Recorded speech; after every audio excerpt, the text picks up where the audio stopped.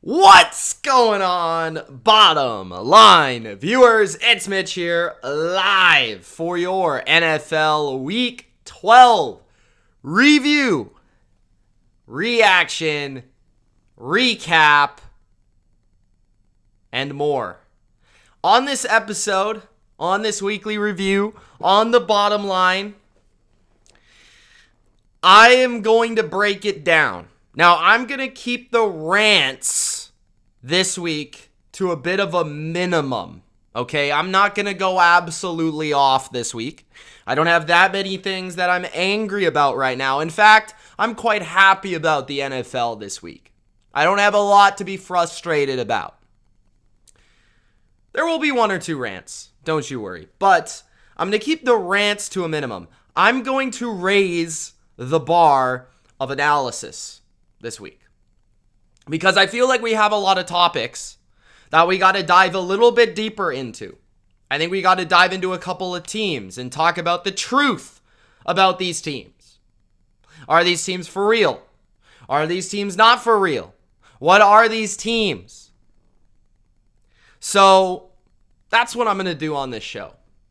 And if you enjoy that, all right, make sure that you do Gronk, spike that like button. Don't forget to subscribe to the channel for more BLV, NFL, weekly reviews every Monday night. And also, Gronk, spike that notification bell so that you know when I'm live. Typically, I do it about 15, 20 minutes, sometimes half an hour after Monday Night Football goes off air. That was a wild game. We're going to talk about Washington versus Seattle here in a second. But first, I do want to give a shout out to our social medias. At TheBottomLineView on Instagram, starting to gain a little bit of traction, and I appreciate you guys for following it. At TheBottomLineView, we post the weekly Ultra 10 best teams in the NFL. I kind of post here and there different things, some videos, some different video clips from the channel, and then different graphics and things, all NFL related, all channel related. And then you'll see Durkant's Stardom Situm for fantasy purposes and much more there on the Instagram. So do give us a follow if you haven't already at TheBottomLineView, same name as the channel. Also follow me on Twitter at Mitch Milani for my tweets. And I was tweeting during the game tonight. One specific decision that happened at the end of the game that I'm still kind of no idea what just happened. And I want to talk about that. All right. So let's get to it. And let's get to our weekly review for Week 12. Now, I do want to say a shout out to the GOATs. You know who you are. Shout out to the GOATs on Patreon. All of my patrons, appreciate you all. Thank you for supporting me. Thank you for being there. And if you want to support me on Patreon, link is in the description. And honestly, if you bet on the NFL, you should be subscribing to Patreon because, sure, $5 tier, you got to pay for the month. But think about it. If you want to make some money on the NFL, how much really is $5? Look at what we did this week on Patreon with our bets. It was a pretty awesome week on Patreon. So I posted this on Instagram. It was a pretty great week. Look at that. For Week 12, the bets were unbelievable. We got the Bucks -3, Bucks and Pats money line, 6-point teaser hit, Titans team total under hit, Bucks team total hit, Pats -7 hit, Falcons hit, under, Jags under hit, Ravens -3 hit. All this stuff hit. I gave you that on Patreon. So just imagine you're paying $5 a month on Patreon and you bet $5 in every single one of these bets.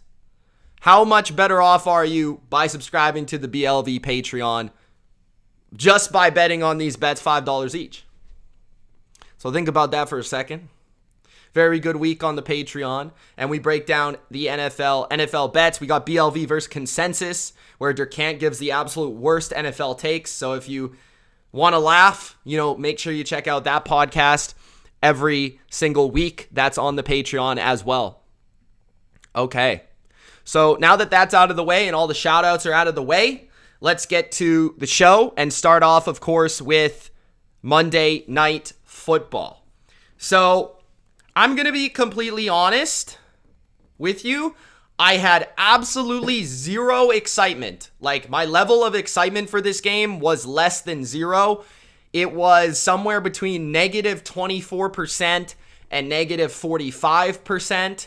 And for most of the game, I had the volume on a very low level. I was casually watching it, getting prepared for this show. And I just kept seeing the Seattle Seahawks look as dreadful as any football team and any offense, quite frankly, as any other offense in football. I mean, the Seattle Seahawks have to be one of the worst teams in the NFL this year. And it is absolutely disgusting to watch. The Seattle Seahawks have a lot of issues. And I think a big takeaway for a lot of people in a lot of NFL shows, you're going to see First Take talk about it. You're going to see Undisputed talk about it. You're going to tune into your favorite podcast. But that is why the Bottom Line View is different, okay? I am different. This is why. Russell Wilson has sucked. Straight up, okay? So, I first-hand experience. I traded Josh Allen in fantasy, right? I picked Josh Allen in fantasy. My biggest fantasy league, I have Josh Allen. I pick him.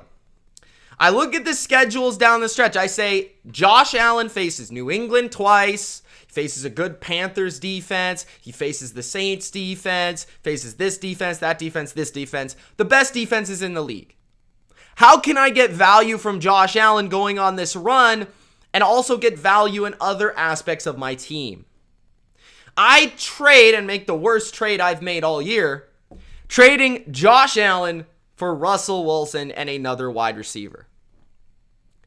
Now, I didn't know Russell Wilson was going to get hurt, and some of that is due to his injury. But, bro, Russell Wilson is playing the worst Russell Wilson has ever played. Like, for the last, 7 years, Russell Wilson has carried the Seattle Seahawks franchise. Carried. Absolutely carried. Since 2015, Russell Wilson has carried this team. And I think he was actually underrated in 2014 and 2013, but that's and 2012, sorry. I saw him as a rookie live in person. He was pretty darn good, okay? But anyways, that's besides the point. Russell Wilson has been a Hall of Fame quarterback. But for whatever reason, Russell Wilson, since he's been injured, and even before that, has not been very good. He's holding on the ball too long, which we know is an issue and always has been an issue.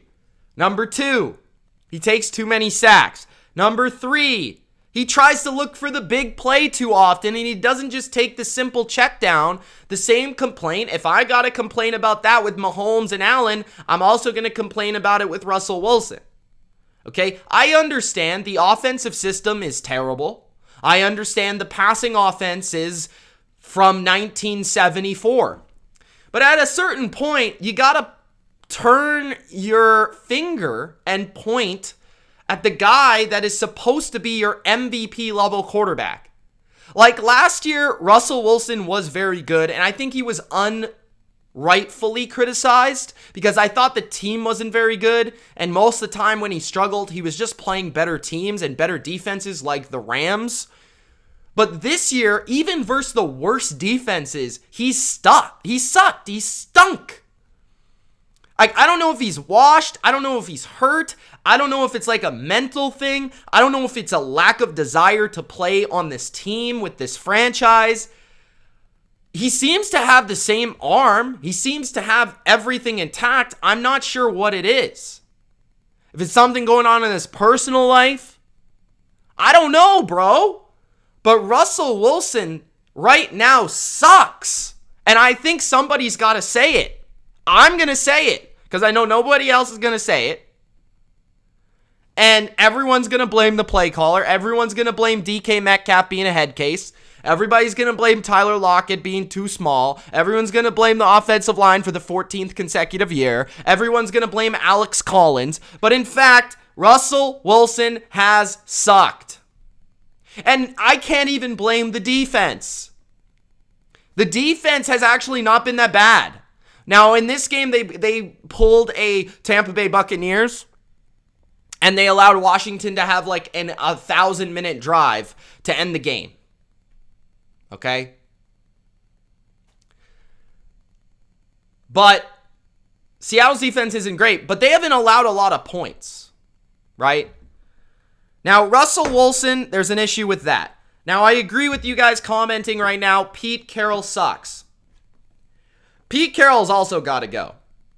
Sometimes you're a great coach, but sometimes your time passes as a coach. And not only does it pass as a coach in a certain era of a sport, but it also passes with a group of players. Sometimes your message just doesn't work anymore. Sometimes the team needs a new voice. The team needs a new scheme. The team needs a mix-up.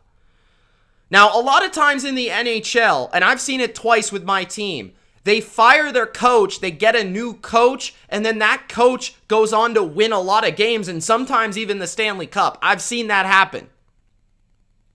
I've been on teams where you switch coaches, or you have a different voice, and all of a sudden you get a little bit of a.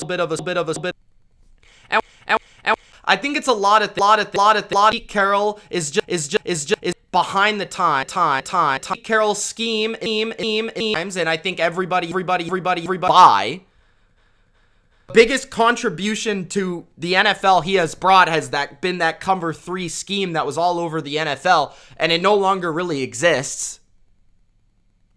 And the offense continuously is just not good enough from a scheme perspective. And he's tried numerous coordinators, but at a certain point, how much of it is the philosophy of Pete Carroll that is holding back the offense as well? Because Pete Carroll wants this football team to play a certain style of brand of football. So there are 2 biggest things that brought this team success. The coach, the quarterback, are both at fault too. It's not just the O-line, the wide receivers, the D-line, whatever. It's also the 2 biggest parts of the team that are not getting it done. They're not the same. Because I've seen worse Seattle teams. I've seen just as bad of Seattle teams on a talent perspective be better than this. I mean, look at all the teams that made the playoffs with Seattle over the last decade. Look at how many of them actually sucked. Okay? Like, at a certain point, maybe Russ has got to go, and that might be what's best for him, and that might be what's best for Seattle, and maybe Seattle's got to start fresh with a new coach. Now, other from Seattle, and we're going to talk about Russell Wilson too in a second, like where he's going to play next year, because I think that's an interesting topic, and let me know in the comments where you think he should play, because I don't think it's going to be Seattle, and I'm sorry, Tessa, I just don't think it's going to be Seattle. My reaction to this game is, what the heck happened at the end of the game? Okay, so Washington didn't have their kicker because Joey Sly got hurt chasing down a defensive lineman on a 2-point, basically, conversion, adding 2 points after the block kick. He got hurt, so he couldn't kick. Washington almost lost a game because they refused to kick a 25-yard field goal. I've never seen that in my life. I understand that your kicker is hurt, but you have an NFL punter in Tress Way. You don't think he can kick a 25-yard field goal? They were at the 3-yard line. You don't think he could kick that field goal? The score was, 17-9. I don't know if my math is wrong. If you add 3 to that, the game's over. Am I wrong? Am I wrong? Why go for that? So what happens is they end up getting stopped. Logan Thomas, they said he's in. They actually review it. He's not in. Right? He bobbled the ball or whatever. Some sort of Jesse, who was it again? Was it Jesse James? Who was the tight end on the Steelers? I don't know. Anyways. Why didn't they just kick a field goal with the punter? Like, anybody for that matter. Is there not a player on the team that can kick a 20-yard field goal? This is the NFL. You've got some pretty good athletes on the sidelines. In my opinion, that is really bad situational coaching and understanding. You don't have a kicker in that emergency situation? Ron Rivera, you've never thought that maybe your kicker is going to get hurt and we need somebody to kick a field goal in this game? Like, trust me. I know I'm going to be the Patriots fan, and I always do this, but the fact of the matter is, Bill Belichick would have had somebody kick the field goal. Whether it was Matt Patricia get his fat ass out of the damn press box, whether it was his son with his waggy ass tongue going like this, or it was like Matt Judon, they would have kicked a field goal from 20 yards away, because honestly, a lot of NFL players can kick a 20-yard field goal. And usually, you have an emergency kicker, whether that's the punter or somebody else. A quarterback sometimes can do it. Like, I don't know, that doesn't really make sense. I mean, we got Chad Ochocinco kicking field goals in the NFL back in the day. So, I don't really understand. Wes Welker kicked an extra point. Like, I'm sorry, but I honestly wanted to see Seattle tie the game because Washington made one of the dumbest decisions I've ever seen. Like, what? What? Anyways, the Seahawks, final point about this game, because I understand a lot of you probably didn't watch it. Seattle's unwatchable. I don't know how anybody this season can watch the Seattle Seahawks. Them and the Pittsburgh Steelers are two teams that are completely unwatchable. Completely unwatchable. And now Aqua is coming into my chat, tuning in from Alaska, and says Washington is back. I don't know what back is, because they weren't very good last year either. I understand they made the playoffs, but what's back, Aqua? Please explain. They're not back. They're not going anywhere. Sure, they've had a couple nice wins. Whatever. They've been overrated, and now they're just who we thought they were. And Seattle let them off the hook. So that's all I got to say about Monday Night Football.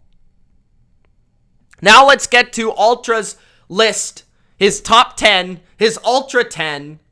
But before that, I do want to play the Lenny B intro because I miss it. So let's play the Lenny B intro. Mac Jones is my favorite quarterback in the 2021 NFL Draft. San Francisco 49ers are legit contenders in 2019. Tom Brady is going to win the Super Bowl with the Bucs this year.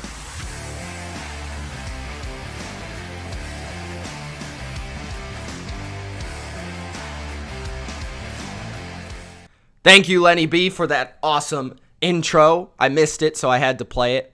All right. Oh, yeah, well, I want to talk about Russ, but maybe we'll should we save that or should we get to that? I don't know. But let's get to the Ultra 10 first, then we'll get to Russ. Okay, let's get to the Ultra 10. Ultra's power rankings, and he says it's the best segment. Okay. Oops. I hate it when I do that. There we go. All right. So let's kick it off at number 10. We've got the Indianapolis Colts. I think I had to talk Ultra into keeping the Colts inside the top 10 because I don't think the Colts deserve to be taken off of the top 10 because they lost to the Bucs.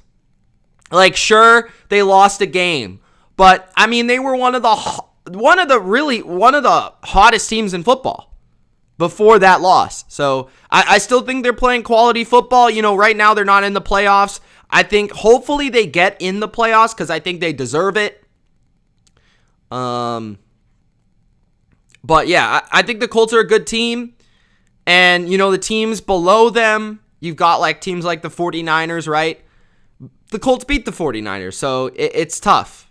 But I could see how that's controversial. I personally think that's a good choice by Ultra at number 10. At number 9, you got the Buffalo Bills. Boy, I love losing Super Bowls. Now, the Buffalo Bills, I feel like, yes, they had a pretty good win versus the Saints on Thanksgiving, but I kind of feel like we learned nothing new about this team.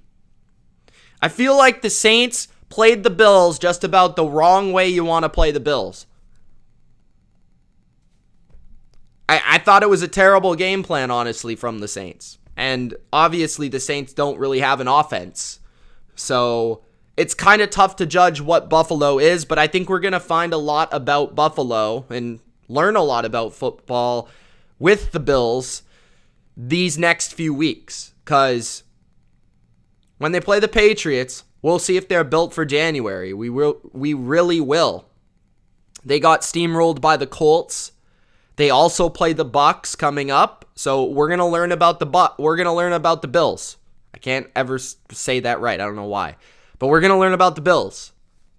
At number 9, I think they deserve to be in the top 10, so that's cool. At number 8, the Cowboys. So this is a drop for Ultra. He has lost confidence in the boys, and I don't know how you couldn't lose confidence in the Cowboys. They have lost, 3 of their last 4 games? They play on Thursday. They're getting healthier, which is good. So let's see how they respond to their Thanksgiving loss on Thursday. That's very important. I still think they have what it takes, but I'm not sure really if I can picture them in the Super Bowl. I think they're a playoff team. I think they can win a playoff game, maybe even 2. I just don't know if I am ready to accept or jump onto the Cowboys as a team that I could pick over Tampa or Green Bay. Like, I don't know. But they've shown flashes of greatness. They've also shown flashes of the old Cowboys. I need to get a little bit more certainty with this team. I need to get a little bit more consistency. I need to get back on track at the end of this year. I feel like they've fallen off. They were that team that started hot. Everybody got on the bandwagon, and now everybody's fallen off the bandwagon. At number 7, the Titans. Now, I had this combo with Ultra. I said, if you're going to put the Titans in the top 10, please confirm to me this. The Titans right now, like if you were to take the Titans team right now, okay, they are not a top 10 team in the NFL. Like if you were to go into next week and rank the top 10 teams for week 13, the Titans would not be on the list. But what Ultra's doing here is like sort of balancing out the current product of the team with the team that he believes at full strength. So it's really difficult to do that with the Titans because they were really good at the start. They've been really bad lately, and they're somewhere in the middle, obviously, right? They're somewhere in the middle, but where is that middle? And Ultra believes that it is number 7. At number 6, the Ravens. We're going to talk about the Ravens later on. I don't know if they confuse me necessarily, but I couldn't come up with a better word. I feel like the Ravens are a team that, like, I have to put at a certain ranking, but I don't actually think they deserve to be there, if that makes sense. Or, like, I don't know if it's deserved. Like, they have the record to suggest they're arguably a top 5 team, but the product, like, when you watch the Ravens, it doesn't scream a good football team. Like, it really doesn't. So the Ravens are funny to me. They're really difficult to figure out. At number 5, the Chiefs. And I think this is the top 5. I don't think anybody should have a different top 5 in terms of these are the top 5 teams in the NFL, period. Now, you might have a different order, and that's okay. But these are the top 5 teams. At number 5, the Chiefs for Ultra. Okay, I think that's the right spot. Kansas City looks better. The defense specifically looks a lot better and improved since the beginning of the year. Their offense is not quite what it used to be, but they still do, in the back of your mind, have that sort of like, ooh, at any moment they could break out, and if they put it all together, they could win the Super Bowl. They still have those sort of vibes to me, but they haven't got there yet. At number 4, New England. Now, New England has been the best team in the NFL since about week 7. And they have catapulted themselves from a team that looked like to be a little bit disappointing at 2-4 to be arguably the best team in their conference, which Ultra ranks them as the top team in the AFC at number 4. They have the best defense in the NFL, the best coach in the NFL, and the best rookie quarterback in the NFL. And we'll talk about them, of course, like we do every week later on in the show. At number 3, the Tampa Bay Buccaneers.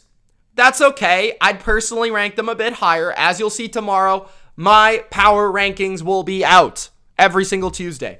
The Bucs at number 3 is cool. They've been a little bit inconsistent, but they have somehow, some way, pieced together some of these wins that are completely unique.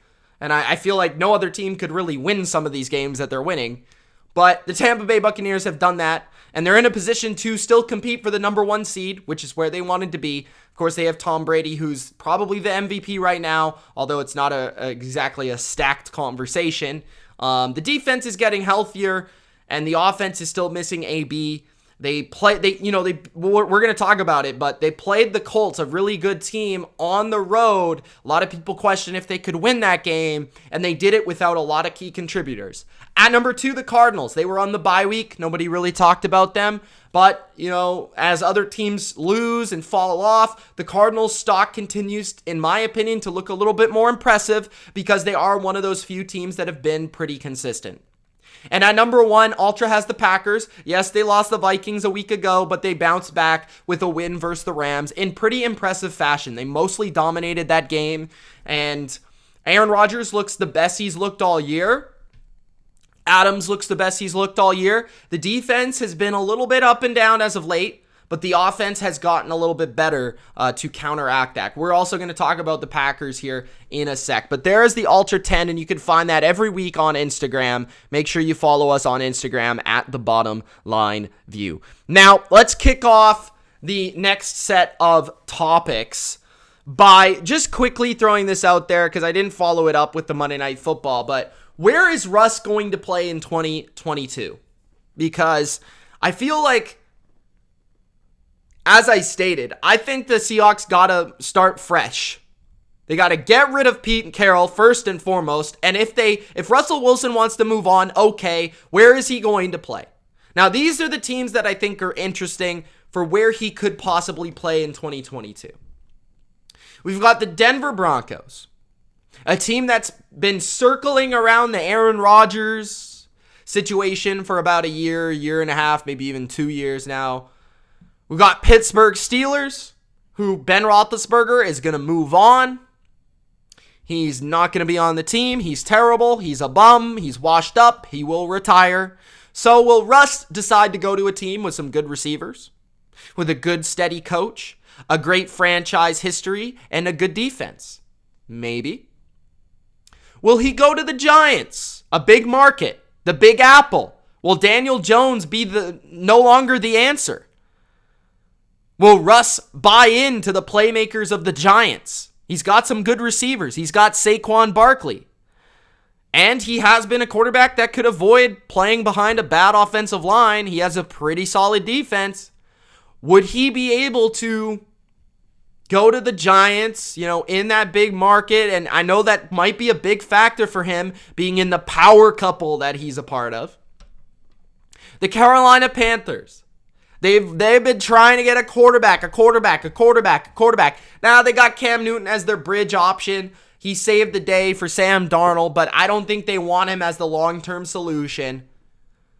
Could Russell Wilson go to the Carolina Panthers? I could see Carolina offering him a ton of money.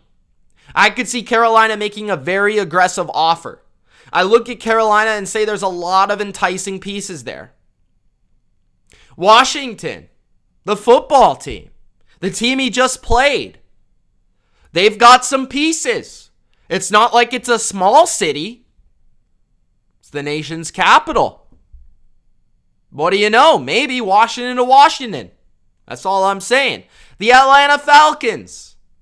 I'm throwing out Atlanta. Ultras Atlanta Falcons. Why am I throwing it out? Well, it kind of makes some sense. The city. Atlanta's, a pretty big pop culture place. Just going to say that much.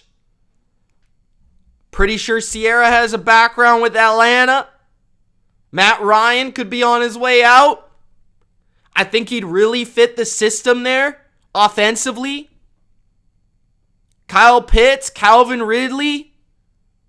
I mean, you could do worse than Atlanta. The Miami Dolphins. Miami's another pretty cool city. Some vibes there. You could join Durant and company. Replace Tua. Maybe that's an option for Seattle. Tua. They got some receivers. A young one in Waddle, a pretty good tight end. A defense, a good coach who's defensive-minded like Pete Carroll. The New Orleans Saints. The Saints, I'll add them to the list. Now, this is the thing that the Saints have. Sean Payton. How enticing would be Sean Payton to Russell Wilson? He's never played in a good offensive scheme. What would Russell Wilson think he could do in Sean Payton's system? He's got a good defense. Maybe they bring back Michael Thomas. Got Alvin Kamara there. A very good offensive line, which is something he's always wanted. The Saints would make a lot of sense. The only thing that he might not like is that he's probably playing Tom Brady. But other than that, you gotta like that situation. And then lastly, but certainly not least, the Cleveland Browns. I remember this. The Seahawks almost traded for Baker Mayfield. That almost happened, remember. That was a rumor.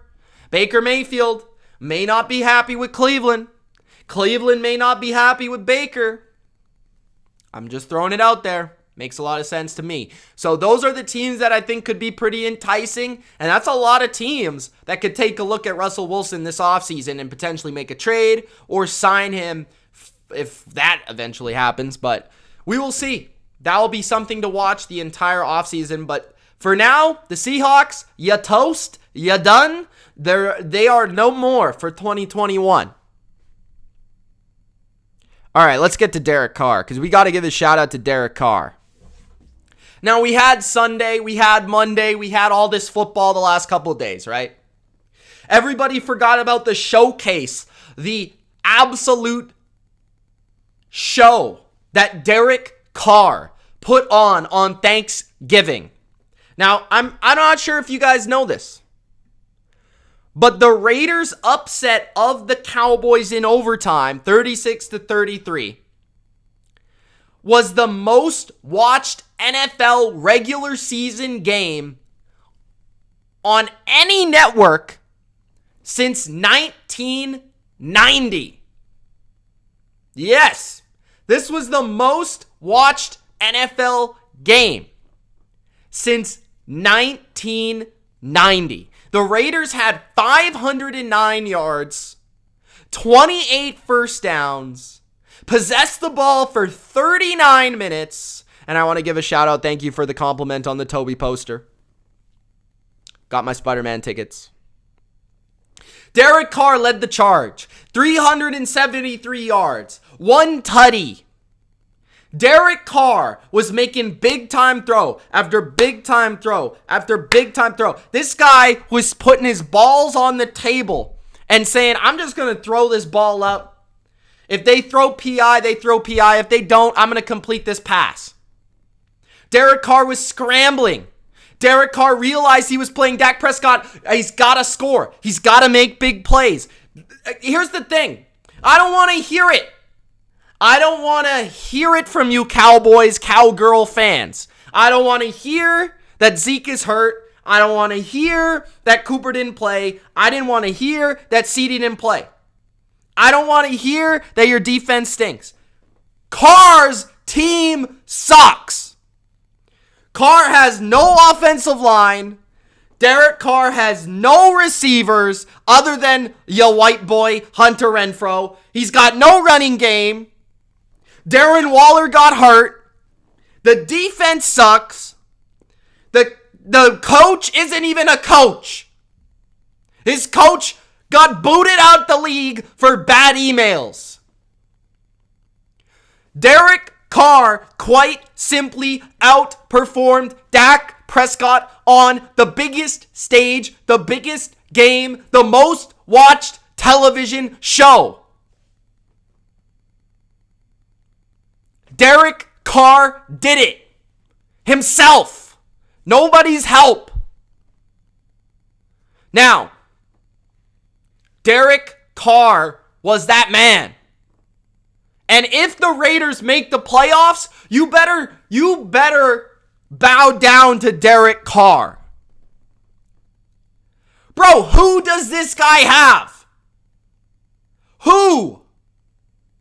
Really think about it. Who does Derek Carr have on his team that you say, wow, that guy's good? The one guy you could say that's Darren Waller, he got hurt. The run game sucks. The O-line is worse than sucks. He won that game. Derek Carr won that game. And if they make the playoffs, that is absolutely because of Derek Carr. And just for that, he deserves to be mentioned in your top 10, in your top quarterbacks. He deserves to be there. Jacob sucks. Don't give me that. Now,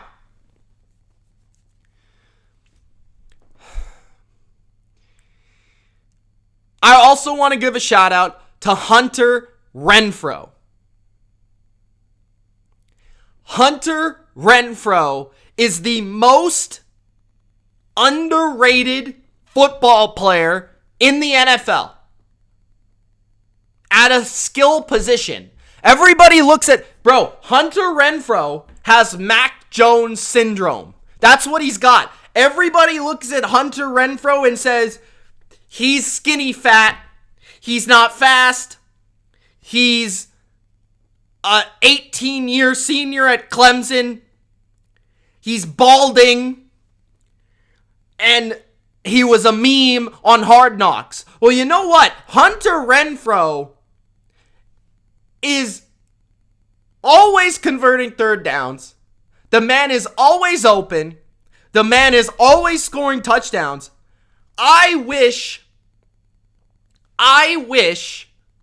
Hunter Renfro was on my team. I wish Hunter Renfro was on the Patriots. He is the most Patriot-like non-Patriot I have seen in football. And I hope one day he's on the team. He is really good. Hunter Renfro is that dude. He had 8 catches for 134 yards. Guys, I got a story for you. I bet on the halftime prop of Hunter Renfro going over his prop. Do you want to know what the number was? His prop number for receiving yards was 45. He had 134 yards. He went over that prop by 100 yards.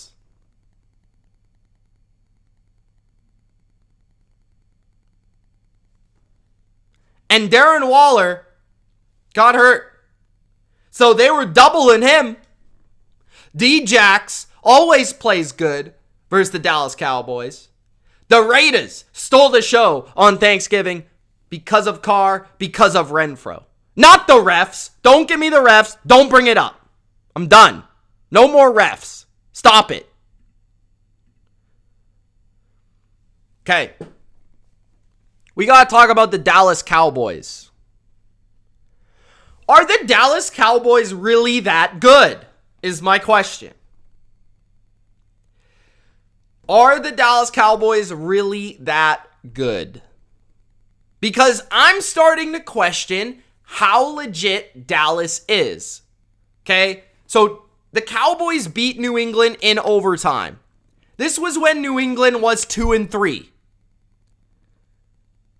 This is when New England was 2-3, guys. They weren't a very good team back then. In fact, I made a video after the game saying, Belichick broke me. And by the way, New England lost that game. They should have won that game. Besides the point, how good is Dallas? How legit are they? They beat New England in overtime. Congratulations. They beat the Chargers. I don't know if that's very impressive right now. The Chargers literally laid an egg versus Teddy Bridgewater and the Broncos. They beat the Vikings without Dak. Was by far their most impressive performance. By far. By far. That was by far their most impressive performance. And Dak didn't even play. They beat the Eagles. They beat the Panthers. They beat the Giants. They beat the Falcons. Congratulations. You beat Ultra's team. Who cares? They lost to the Broncos, the Chiefs, the Raiders in 3 of their last 4. Like, you look at their schedule, are they really that good? It's not like Dallas beat the Bucs and beat the Packers and beat the Cardinals and everyone was treating them like they did, but they actually lost to the Bucs. How good are they really? And I don't think we're really going to know how good the Cowboys are until we see them play the Cardinals in Week 17. So you tell me, how good are the Cowboys? Because I'm not impressed with beating the 2-3 Patriots in overtime. I'm not impressed with beating the Chargers. I'm not. I mean, I'm not impressed with beating the Eagles who didn't know their identity. I'm not impressed by beating Sam Darnold. I'm not impressed by beating the Mike Glennon Giants. I'm not impressed by whooping that candy ass of Matt Ryan. I'm not. You tell me, how good are the Cowboys? I don't think they're that good. I think they are the second tier. There's the real contenders. Green Bay, Tampa Bay, the Bays, and then maybe Arizona. And then there's the Cowboys. I think this is my answer. The Cowboys are closer to the Niners than the Bucs. That's my opinion. The Cowboys are closer to the Niners than the Bucs. Based on proof. They lost to the Raiders without Waller. I get it, they were hurt. They lost to the Raiders, who were dead, buried. Even Lenny B said, Mitch, the Raiders are done. So, I will say this, Cowboys fans, you're getting healthier. You're getting Cooper, you're getting CeeDee, you're getting Lawrence back, you're getting Gallimore back, Gregory's coming off IR. Okay, we will see when you play the Cardinals. I'll be able to make an accurate assessment, but for right now, you're overrated. For right now, you're closer to the Rams. You're closer to the Niners than you are Tampa. Okay? Green Bay. That's where you're at. Now let's get to a real football team. How about that? The New England Patriots. I told you. They're back, okay? But not only are they back, they took everybody's favorite team. They took the Tennessee Titans, right? And they absolutely bullied the Tennessee Titans. They took Turtle's favorite team. They took Durkant's favorite team. They took Ultra's favorite team. They said, oh, you're the best team in the AFC? Well, how about we whoop your ass? on Sunday at Gillette Stadium. Snow, no snow, outdoors, dome, Mike Vrabel on New England or Tennessee. It doesn't matter. Playoffs, no playoffs. Derrick Henry, no Derrick Henry. We're going to whoop your ass. The Tennessee Titans did not stand a chance. And this is why I am going off here. Because so many people were saying, take the Titans with the points, bro. Take the Titans +7. There's no way. New England's not that good. You can't say they're going to cover 7. You could have made that spread 35. They would have covered it. In fact, New England should have won this game by 40. If they didn't kick so many field goals, they would have won by 45. Natasha was at the game. She saw it in person. How many times did the Patriots punt the ball? Once! The great Tennessee Titans defense that shut down the Rams and the Chiefs and the Bills couldn't stop Mac 10 Jones. He went up and down and up and down and up and down the field like it was his day job. Couldn't do it. So what did I learn from this game? What did I learn from this game? The Patriots offense is good. That's what I learned from this game. I get it. Titans are hurt. They're missing. There are 3 players that I told you if they get hurt, they suck. I told you that. You don't listen because apparently injuries don't happen. But anyways, besides the point. Okay, so I expected the Titans to not score a lot of points. But the Patriots scored 36 and should have scored 50. That is my point. But the Patriots offense is good. And this is the thing that I think people are overlooking and underestimating. Everybody, I listen to ESPN, I listen to PFF, I listen to all these people. Okay? They say, what do they bring up when they bring up the Patriots? They bring up Bill Belichick. They bring up the defense. They give a little shout out to the special teams. They talk about all the role players and the system. They don't talk about the offense. Guys, where does New England rank on offense? Please do your research.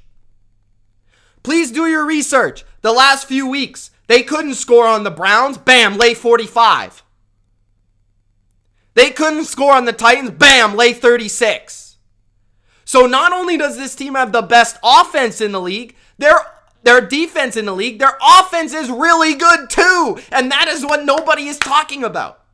So everybody's talking about the Patriots are going to make a run. I get it. Yeah, you giving us credit. Cool. But you're not giving us proper credit. You're missing half the equation. You're missing half the equation. Watch the games. How many better offenses are there right now than the Patriots? They can run the ball. They can pass the ball. They got a good O-line. The quarterback's on fire. They got one of the best tandems at running back. Kendrick Bourne is a beast. You tell me. Look at the stats. So it's only half the equation. I get it. You can praise our defense. They deserve it. Ultra, the offense is 3rd in points and 7th in yards. But here's the problem.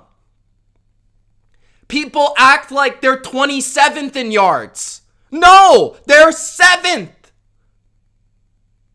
in yards and 3rd in points. Is that all the defense? No. So I'm not letting you off the hook. I'm not letting you off the hook. Just because you're going to say, New England's back. Okay, cool. We know that. But why are they back? Yes, they've got a great defense. Yes, their special team's good. Yes, their coaching is good. The offense is also good, and nobody talks about it. And I'm done with it. I need the credit. Okay? Look at this. Look at this graphic. They're winning on both sides. See? You'll see a graphic like this on ESPN, and then the conversation behind it doesn't talk about this.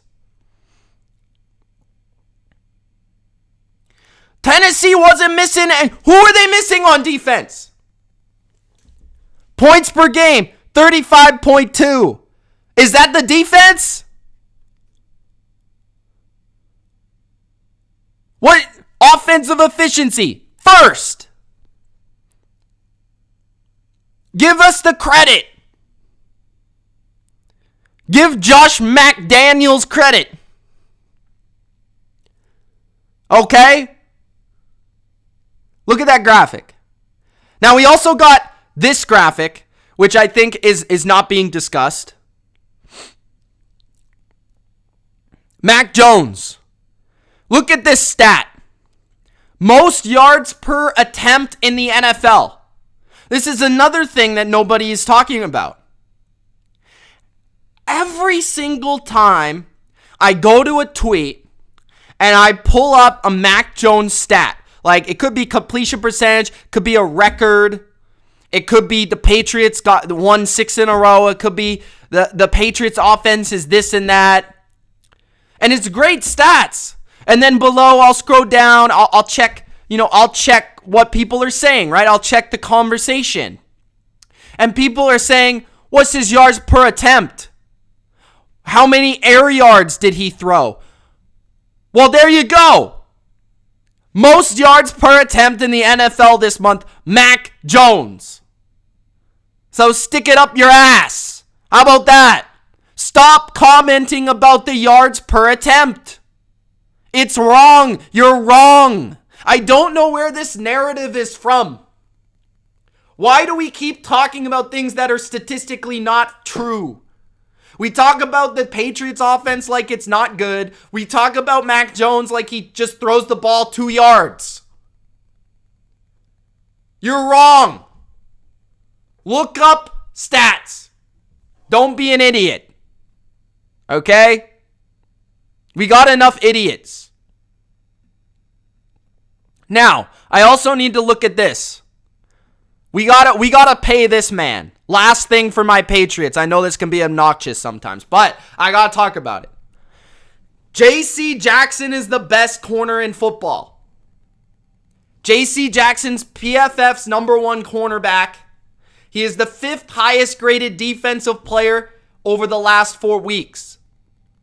Here is what J.C. Jackson has done over the last 4 weeks. 4 catches for 19 yards. 4 interceptions. He has just as many interceptions as he has allowed catches. He has 2 pass breakups, 1 forced fumble, 0 penalties, and a 0 passer rating when targeted. J.C. Jackson is not just a good number 2. He's not just Gilmore's second guy. He's not just top 20. He's not just top 10. He's top 2, and he's not 2.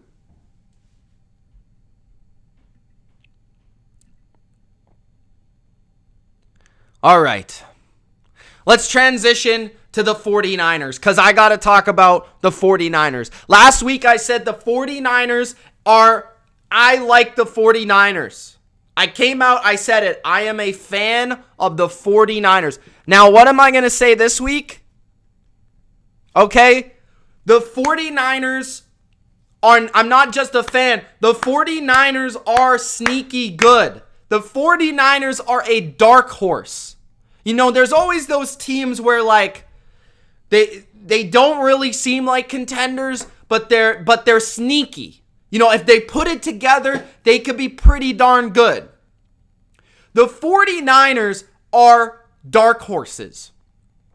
And what I mean by that is, I feel like if the 49ers played, like, let's say they played the Packers, right? So let's say the 49ers played the Packers in the first round of the playoffs. I don't think the Packers would want to play the 49ers in the first round of the playoffs. I honestly don't. Like, I think the Packers would rather see a lot of other teams. And I think that's what a dark horse is. I think the Niners are a lock to make the playoffs. Lock it up. Throw the key away. Throw it out the window. They're making the playoffs, period. Now, the next conversation is, what can they do in the playoffs? And I think they're a dark horse. I think they can pull off an upset or two. I think they could make a little run. They've got enough talent. The offense, just like New England's offense, is running really well right now, and I don't think the 49ers offense is getting enough credit right now. Their offense right now is, to me, top 5. Right now. Right now in this moment, top 5. They're running the ball really well. They're protecting. Their play action's great. Jimmy's playing good and highly efficient football. Their wide receivers are beasts, and George Kittle's a monster. By the way, you want to talk about a monster real quick? This guy is a monster. This guy is a monster. Look at this man. His name's Trent Williams. Trent Williams, you could argue, has been the best player in the NFL this year, and literally nobody talks about him. So I got to bring it up. Trent Williams has a 99.1 run blocking grade. I don't even know how that's possible. Trent Williams is the best tackle in the NFL, by far. And he's also the best offensive lineman in the NFL. And he's also maybe the best player this year. And he's a big reason the 49ers are a dark horse. Because they're going to whoop your ass when they run the ball. I don't know how many I don't enjoy anybody's highlight reel on the offensive line more than I enjoy Trent Williams. How many times he just pancakes human beings. It's pretty entertaining. But I like the Niners. I think they're a team that can compete. If you stack them up in the playoffs and you say it's Packers, Niners, I don't know who's going to win. If you said who's going to win, Cowboys or Niners, it's going to be close. Who's going to win, Cardinals or Niners? It's going to be close. I don't know. I honestly think that. The way they're playing right now, especially on offense, this is a team that can't be slept on.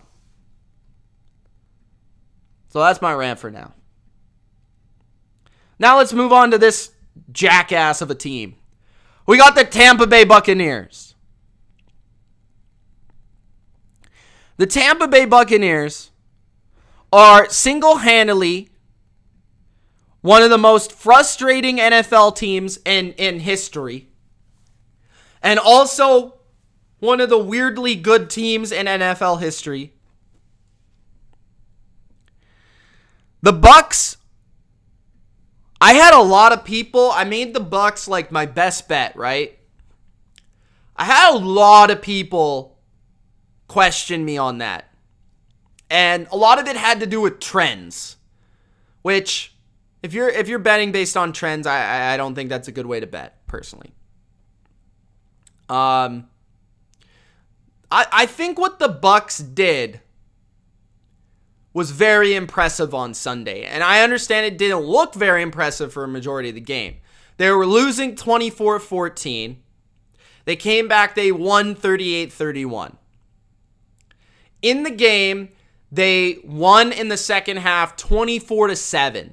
They beat the Colts in Indianapolis in the second half 24-7. Okay? The Colts, again, they're a top 10 team to me and to Ultra. Okay? They're number 10. They're a good team, especially at home. Now, the Colts have given up a few leads this year. I can think of 3 to good teams. But this is a team that beat the Bills 41-15 last week. Okay? 41-15 on the road in Buffalo. They beat the Bills. The Bucs beat the Colts. Think about this for a second. The Bucs beat the Colts 24-7, and this is who was not playing in the game. Think about any other NFL team and if they could do this, okay? Antonio Brown, who's arguably their best receiver this year, and arguably a Pro Bowler this year, like when he plays, okay? And he's a Hall of Fame receiver. Ali Marpet, arguably the best left guard in the NFL. Then they started the game with Aaron Stinney. He got hurt. Okay, so the third left guard was playing. And I don't even know his name. Okay? So both of their left guards got hurt. One before the game, who's a all-pro.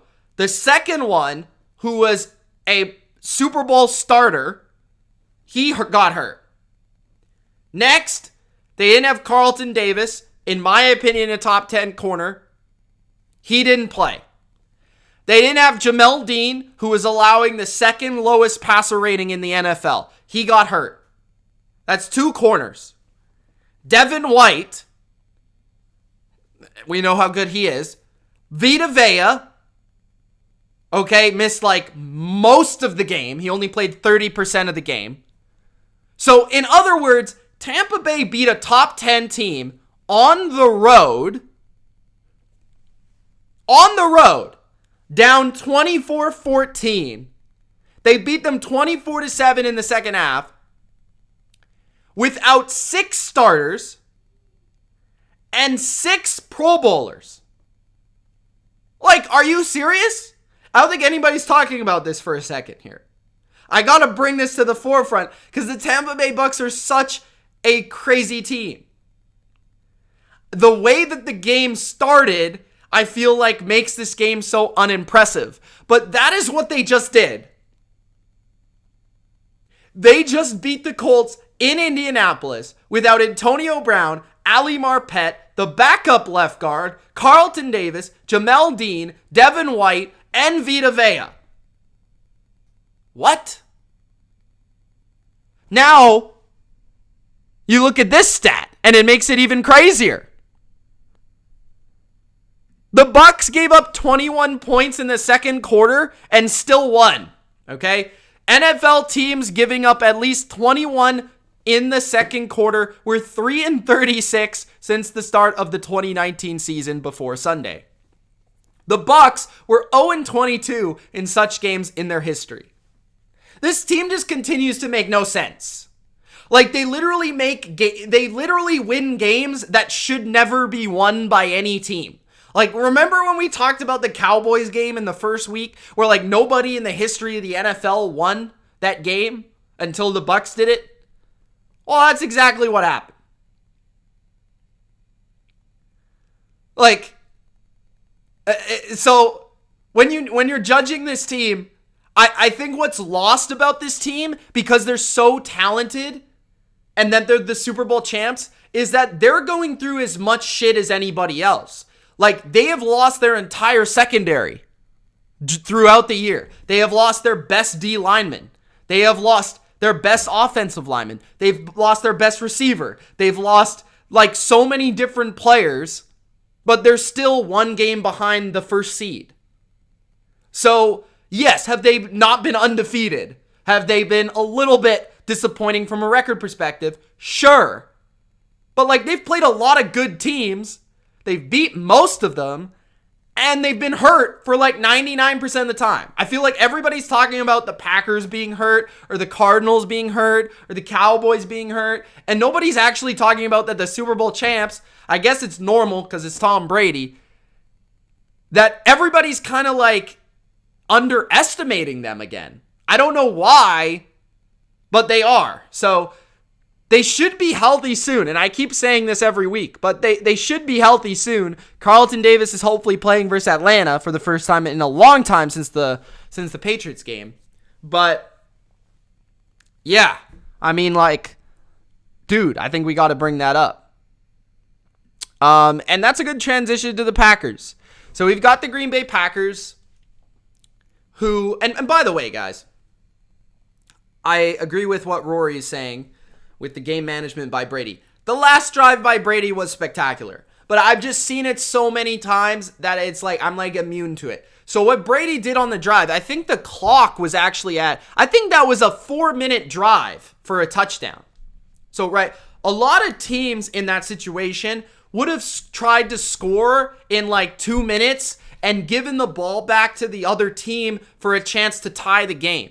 What Brady did on that drive was milk the clock and control the clock and manage the clock in a way that they won the game with like 18 seconds left. They gave no chance for the Colts to come back. Even with a great kick return, they still couldn't come back.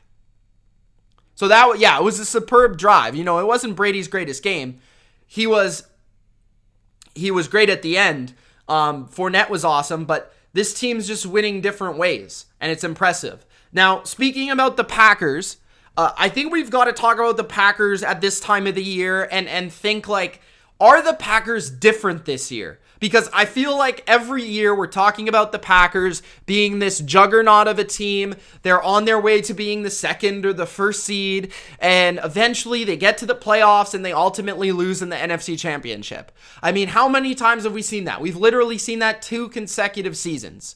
So the question is to you, are the Packers the same team or are they different? And if they're different, what makes them different? Now, I think the biggest thing I can say about the Packers to point towards maybe they're different is the fact that we haven't seen them at full strength. Just like Tampa Bay, we haven't seen them at full strength, and they still have a very good record. Right? So that could be a point towards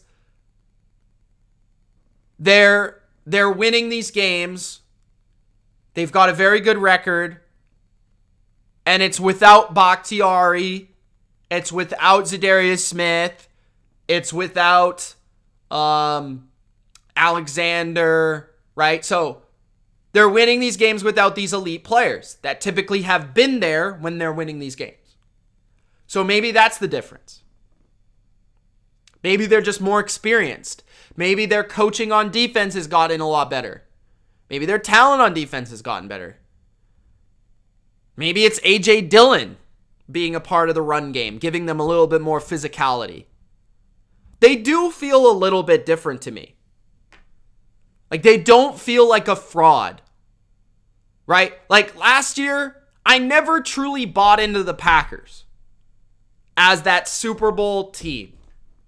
I looked at the Bucs, I said it's the Bucs. I looked at the Chiefs, I said maybe it's the Chiefs. I looked at the Saints even, and I said maybe it's the Saints. The Packers were the 4th or 5th team on that list where I was like, you know, I don't think they're going to win it, but they'd be my 4th or 5th team. This year, I say, I don't see the defense being a liability necessarily. It's not like it was last year, but it wasn't. I think the defense is better this year.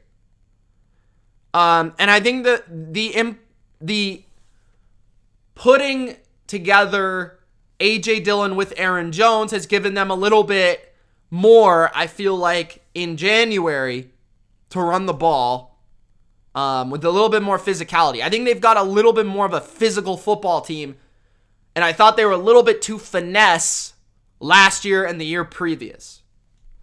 So if the Packers lose this year, I don't think it's because they're frauds. And I'll go on the record here. I think if the Packers lose, it's not because they're frauds. It's not because Rodgers choked, unless he plays really, really bad. It's because another team was better. And if they win, they win. Okay? So, the other thing I will say is why it is weird to me about the Packers is that they're not statistically super impressive. Like, you look at their stats and there's been definitely more impressive teams. Like, they're 16th in points for, they're 5th in points against, which it's pretty crazy that their defense has actually been statistically superior to their offense. But You look at them on the stat sheet and you say, they're good, but they're not great. But then when you watch them, they do sort of have an X factor to them that says they might be a championship type team. So they play the Ravens, which I think is a big game for them and a big game for me to evaluate them. They play Baltimore in Baltimore. I want to see how that game goes. I want to see if they can play with the toughness, the physicality of Baltimore. If they can do that, I'll believe fully in them, potentially even picking them to go to the Super Bowl. But if they don't, I might be a little bit concerned. They also play the Browns. I'm not really in love with the Browns. I think they kind of suck. And they play the Vikings. Those are the 3 toughest teams they play down the stretch. Okay? They have a couple signature wins now under their belt. They've beaten Arizona without Devontae Adams.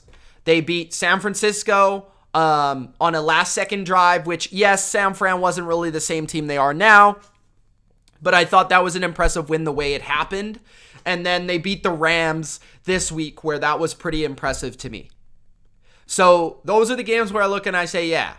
So to me, if I'm looking at who's going to win the Super Bowl, it really does feel like it's kind of between the Bucs and the Packers. And then, as we saw, and as we stated, I think it's the Patriots in the AFC right now, and potentially the Chiefs. And that's the way I'm looking at it right now. I don't even got to do my playoff update, because I'm discussing all this with you right now. Okay? And then we've got the Ravens. And now somebody might say in my chat right now, where are the Ravens? Why aren't you talking about the Ravens? Why aren't the Ravens a threat? When I watch the Ravens, they don't feel good. And this is not good analysis in any way, shape, or form. When I watch the Ravens, I am not impressed about any part of their team outside of their kicker. I just saw Lamar Jackson throw 4 interceptions versus the Cleveland Browns defense that I don't even think is very good. I saw a team struggle to win a game versus Baker Mayfield with no arm.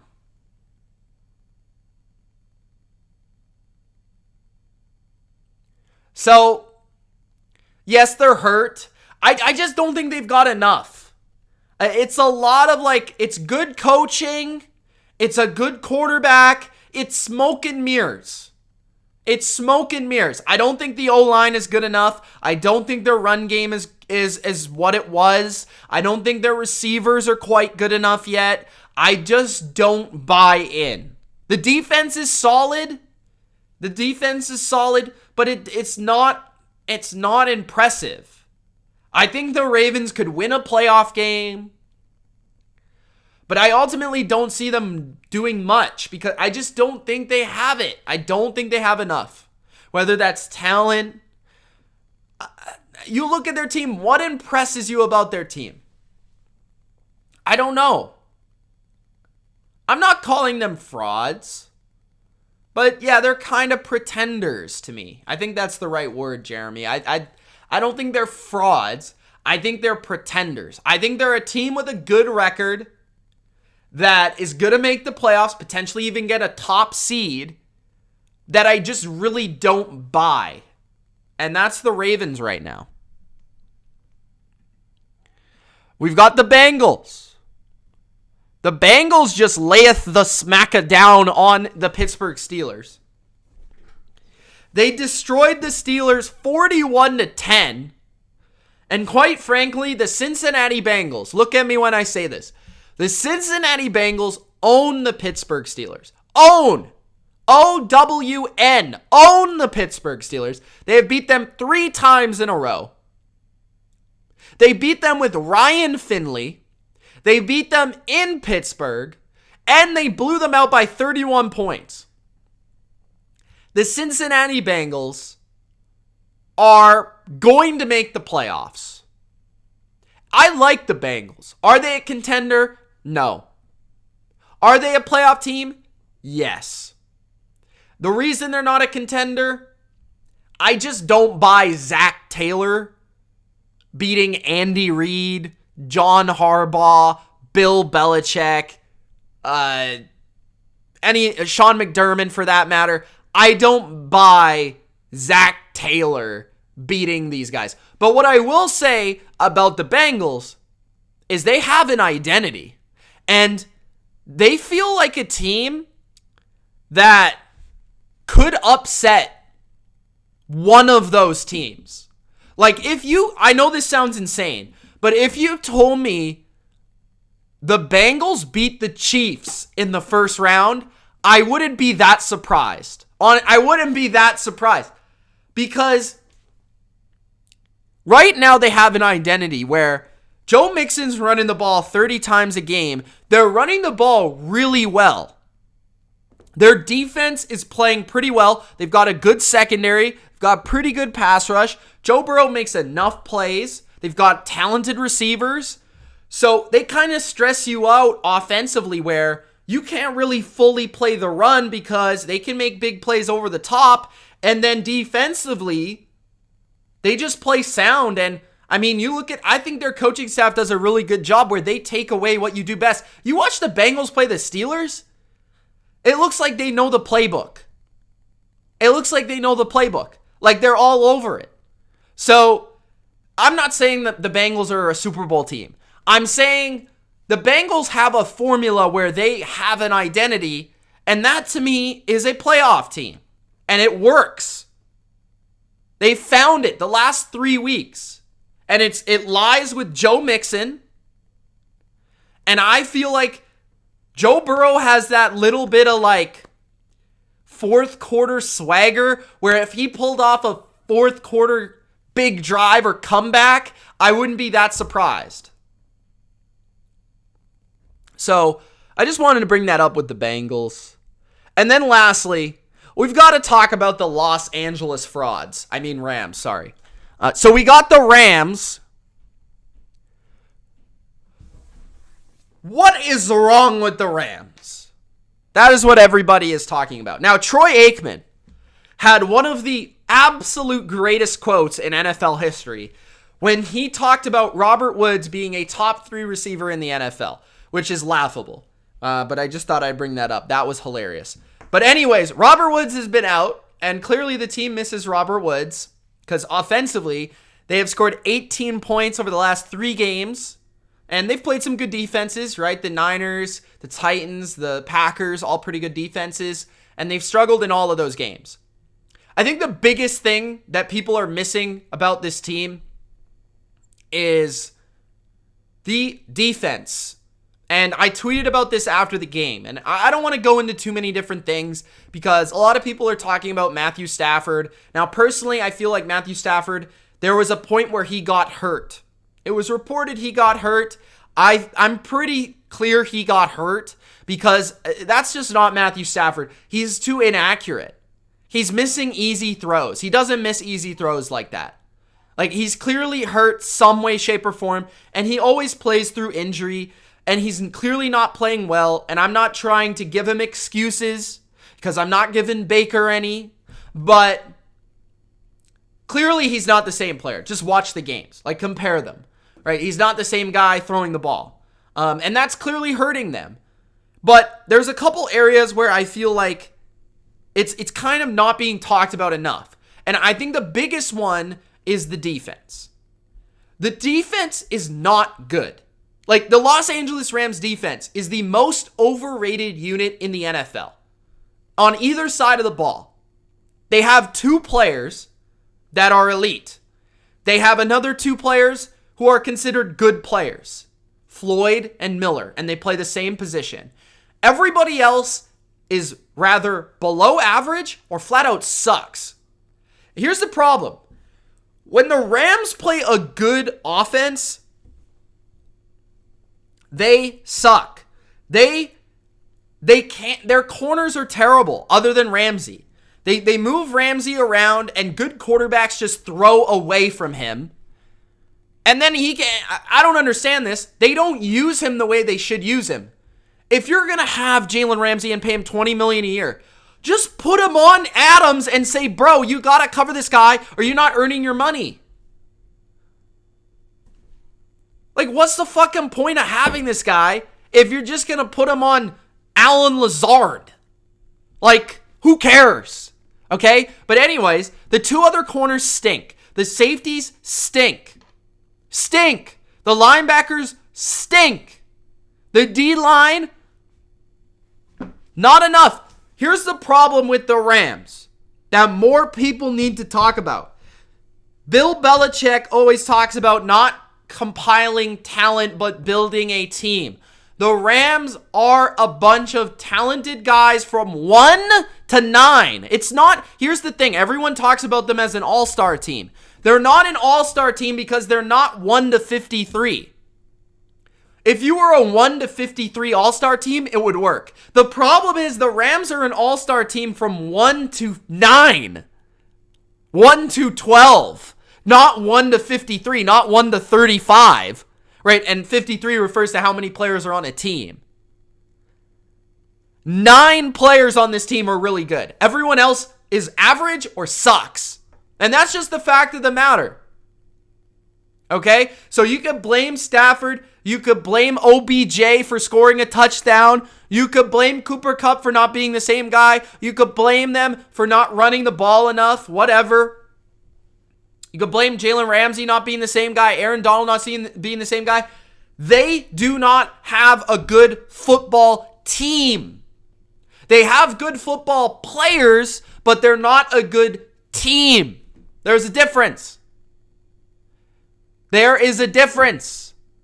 And the problem is when you give away all your picks, when you go for big time guys with a lot of money, when you trade your seconds and your firsts and you swap 2 for Stafford and you sign Jared Goff to a $5 cajillion deal, you're gonna end up suffering. And it's not suffering from 1 to 10, from 1 to 11. It's suffering from 12 to 53. That's where they're suffering. Because those players aren't as good as the Packers 12 to 53, as the Bucks 12 to 53, as the Patriots 12 to 53. They're not as good. Why were the Patriots able to have a dynasty? Because they had a good team. Not an all-star team. Not the best 10 players, the best 53 players. So, there you have it with the Rams. They're in trouble. I don't know if they're even going to make the playoffs. Right now, if I had to guess, I think they will. But it's not a certainty. It's not a certainty. So, that is your review for Week 12 of the 2021 NFL season. If you enjoyed, don't forget to Gronk spike that like button and subscribe to the channel for more BLV just like this. Also, Gronk spike that notification bell for the latest upload. How you do that is when you subscribe, go to the little bell beside, the bell icon beside it. Click on it. Go to all. Press all, and that is how you will get all of the uploads here on the channel. Appreciate all of you guys watching. Thanks for watching. Thanks for supporting me. If you want to support me to the next level, check out Patreon. If you want to check out my great bets that I made, check out Patreon.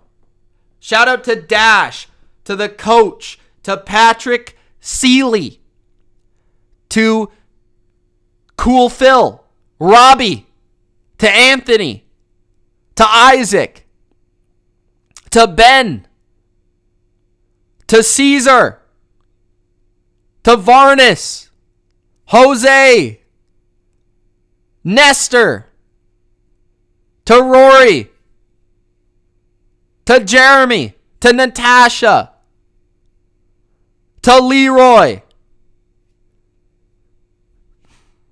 to Dylan, Matthew,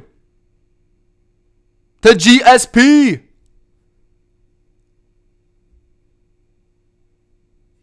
thank you guys for watching. Appreciate it, guys. We will talk soon. Make sure you check out the power rankings tomorrow will be out. My power rankings from number 32 to number 1. Peace.